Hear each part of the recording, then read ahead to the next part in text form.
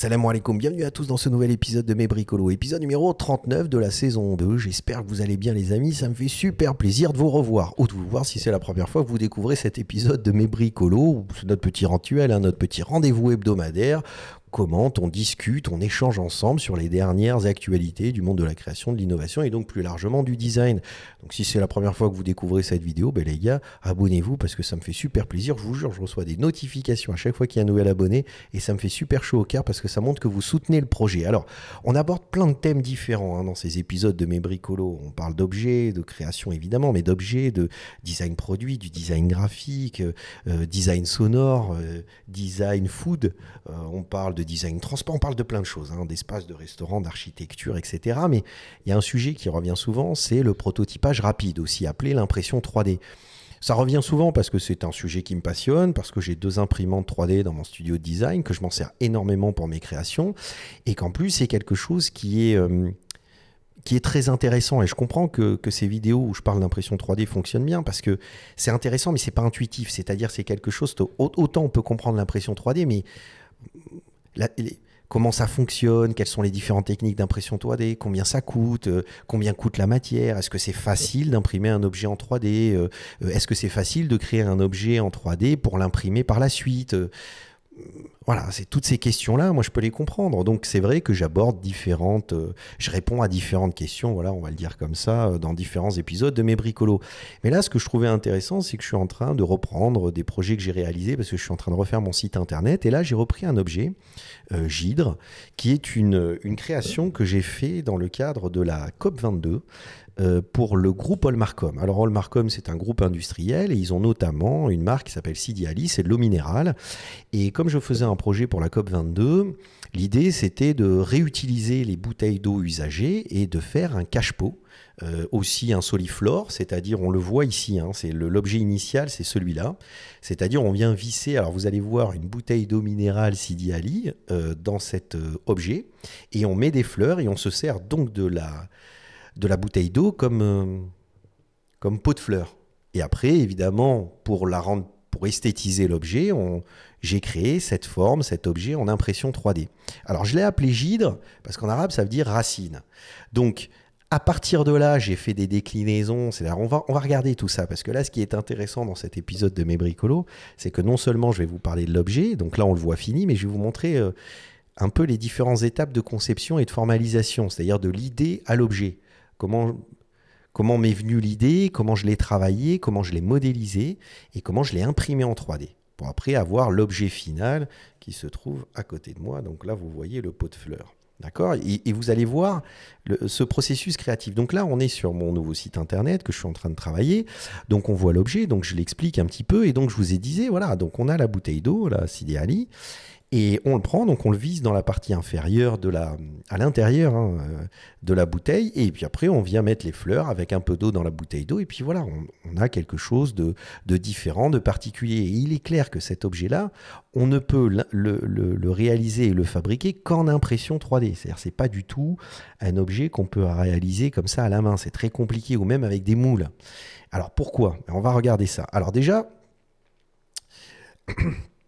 Comment m'est venue l'idée ? Donc l'idée c'était de faire un cache-pot. C'est-à-dire je voulais partir de la bouteille d'eau et de faire un cache-pot. Maintenant, comme j'aime beaucoup la géométrie, les motifs géométriques arabes islamiques, c'est quelque chose qui me passionne. J'ai fait plein d'objets en utilisant cette géométrie-là. Je voulais travailler sur une géométrie qui soit à la fois courbe et à la fois droit. Donc on le voit par exemple sur le dessin, c'est sur mes dessins de recherche. C'est-à-dire je voulais simplifier mais faire un objet très géométrique et un objet très courbe, et puis après faire de ces motifs-là, les répéter pour créer cet objet final. Donc on va voir, ce qui est intéressant, c'est de le regarder avec le logiciel 3D que j'utilise. Donc là, on est sur Rhinoceros. Donc on regarde, donc j'ai d'abord modélisé, voilà, je suis parti sur les courbes, et j'ai d'abord modélisé à l'aide de courbes cette forme géométrique. Donc on voit vraiment, on voit vraiment, elle est découpée, elle est géométrique, et cette forme qui est beaucoup plus organique. C'est pour ça que je l'ai appelée Gidre en fait.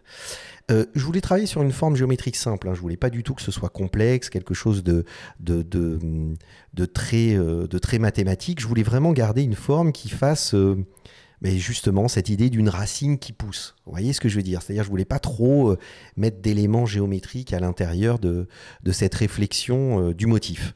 Mais par contre, je voulais avoir cet effet organique de la matière qui est épaisse dans sa base et puis qui se réduit au fur et à mesure de sa progression.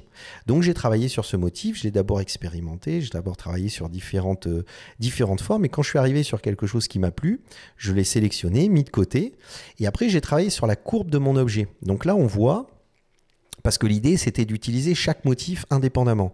Donc là, on a la forme extérieure et non, on a la forme intérieure. Donc j'utilise un plugin sur Rhinoceros qui s'appelle Paneling Tools, qui me permet en fait d'adapter le motif à une courbe. Donc là, on a la courbe intérieure, on a la courbe extérieure. Donc là, une fois que le motif a été adapté à la courbe, on le voit ici, donc sur une moitié. Donc là, vous avez la courbe intérieure, qui est donc cette forme géométrique, et vous avez la courbe extérieure qui est la forme organique.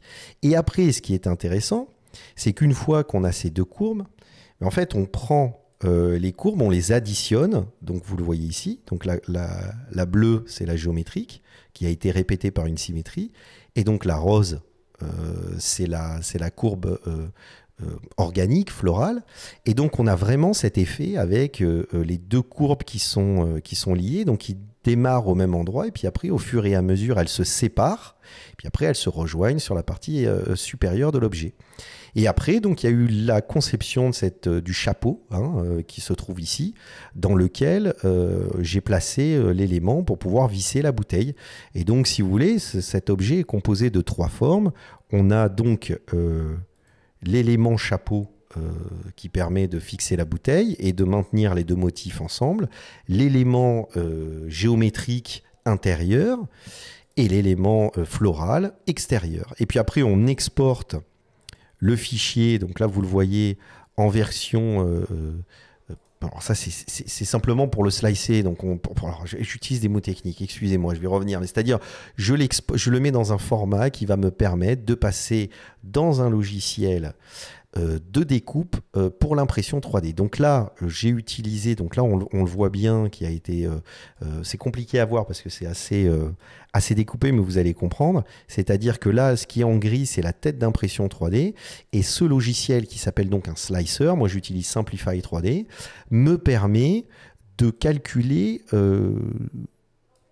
la matière, où je veux qu'elle soit placée, comment je veux qu'elle soit placée. Donc là, on voit, regardez, donc là, on voit les différents anneaux d'impression. Donc ça nous permet de savoir exactement comment l'objet va s'imprimer. D'ailleurs, on voit qu'on pourrait optimiser l'impression 3D de cet objet, mais ça permet de vraiment travailler en se disant, voilà, je vais créer tant de matière sur les parties extérieures, tant de matière à l'intérieur, etc., etc. Ça nous permet aussi d'évaluer le temps d'impression et tout ça. Donc ce logiciel, c'est un slicer. Rhino, ce qu'on vient de voir juste avant, est un logiciel de modélisation. Et ça, c'est un logiciel de découpe qui nous permet, compatible avec l'imprimante 3D, une fois qu'on arrive à quelque chose d'à peu près qui se tient, mais on envoie ce fichier, on exporte. Vous avez le bouton derrière moi. Alors attendez, je vais placer de l'autre côté. Voilà, vous avez ce bouton-là qui est juste, vous le voyez là, juste derrière, juste sur ma droite, et qui permet d'exporter ce fichier pour après être imprimé en 3D. Donc là, je vous ai montré vraiment toutes les étapes. C'est ça qui est très intéressant. L'avantage de travailler sur un logiciel comme Rhino, c'est qu'après, une fois qu'on a travaillé ce motif, en fait, on peut travailler basé sur exactement le même motif, différentes formes.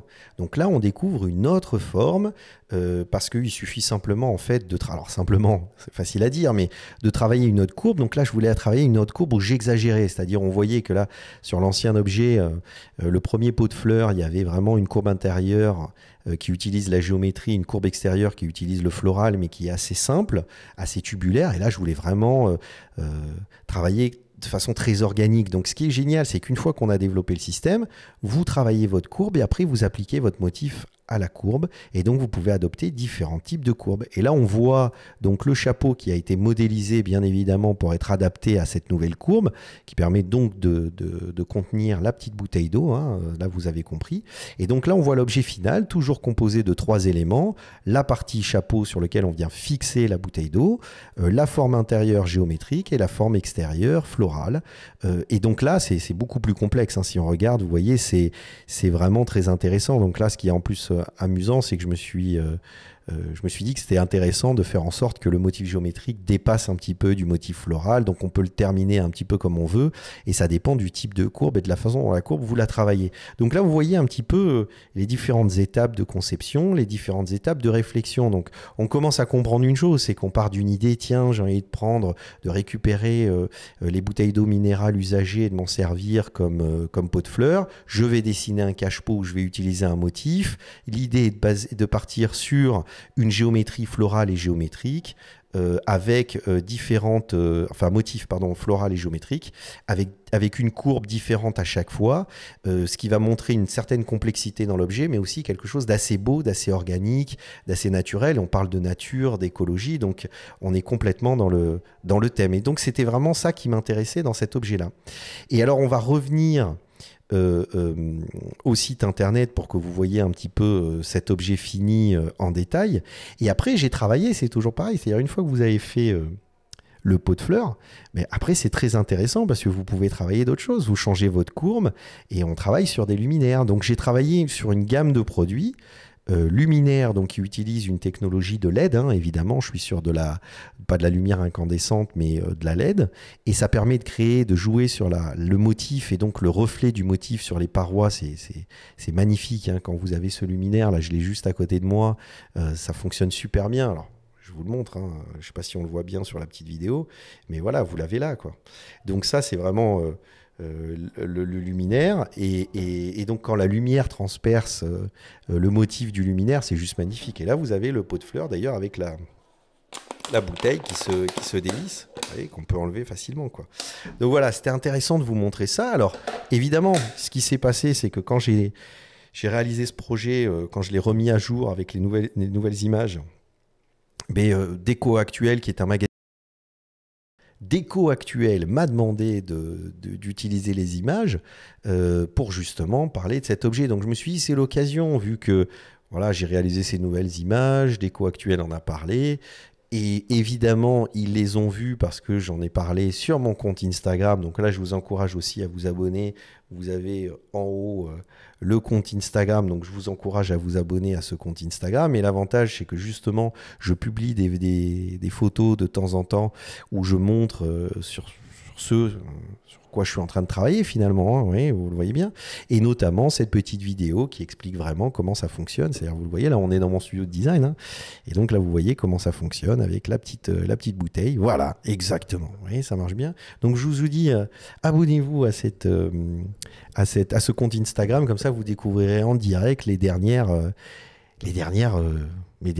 créations. Voilà, donc bon, vous avez remarqué, c'est un peu compliqué de réaliser ces épisodes de mes bricolos parce que j'ai un problème avec la configuration actuelle. Il faut vraiment que je m'achète une caméra parce que ça n'arrête pas de sauter. Bon, c'est pas grave, hein, ça va venir petit à petit. En tout cas, c'est pour ça que je vous dis, soutenez le projet, ça m'encourage. Après, je me dis, je vais investir dessus parce que ça montre que c'est intéressant et que ça vous plaît. Donc, on se retrouve très bientôt pour un nouvel épisode de mes bricolos. Donc je vous encourage, hein, vous avez vu, il y a des vidéos qui apparaissent à gauche, à droite, j'adore faire ça, de ma tête. Donc allez les consulter, comme ça vous allez voir les autres projets que j'ai pu réaliser, cette petite poignée de verre à thé ou ces différentes créations finalement, comme ça vous allez voir ça. Et on se retrouve la semaine prochaine pour un nouvel épisode de mes bricolos. À très bientôt, pslama à tous.